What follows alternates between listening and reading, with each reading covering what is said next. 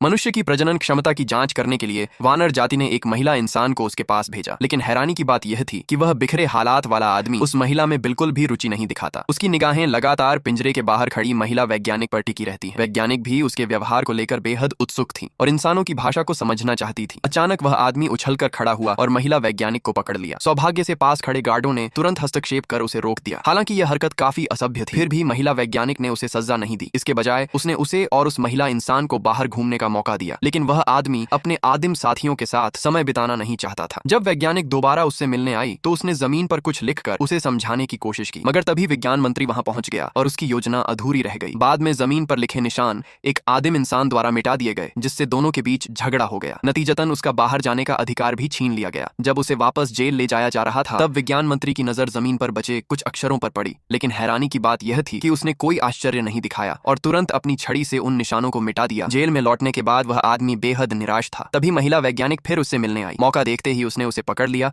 और उसके पास मौजूद कागज और पेन छीन लिए। इस हरकत के लिए उसे बुरी तरह पीटा गया, लेकिन उसने जल्दी से अपने बारे में कुछ लिख दिया। जब महिला वैज्ञानिक ने वह संदेश पढ़ा तो वह स्तब्ध रह गई। उसे विश्वास ही नहीं हुआ कि इस ग्रह पर सबसे निचले स्तर पर समझे जाने वाले इंसान लिखना जानते हैं। वह तुरंत उसे अपने घर ले गई ताकि उसके बारे में और जानकारी जुटा सके। महिला वैज्ञानिक का मंगेतर, जो एक प्रसिद्ध पुरातत्वविद था, उसकी बातों पर विश्वास नहीं करता था। तब उस आदमी ने कागज पर अपनी पूरी कहानी लिख डाली। उसने बताया कि उसका नाम टेलर है और वह पृथ्वी से आया एक अंतरिक्ष यात्री है। उसने आधुनिक मानव सभ्यता, तेज रफ्तार कारों, हवाई जहाजों और अंतरिक्ष यानों के बारे में विस्तार से बताया।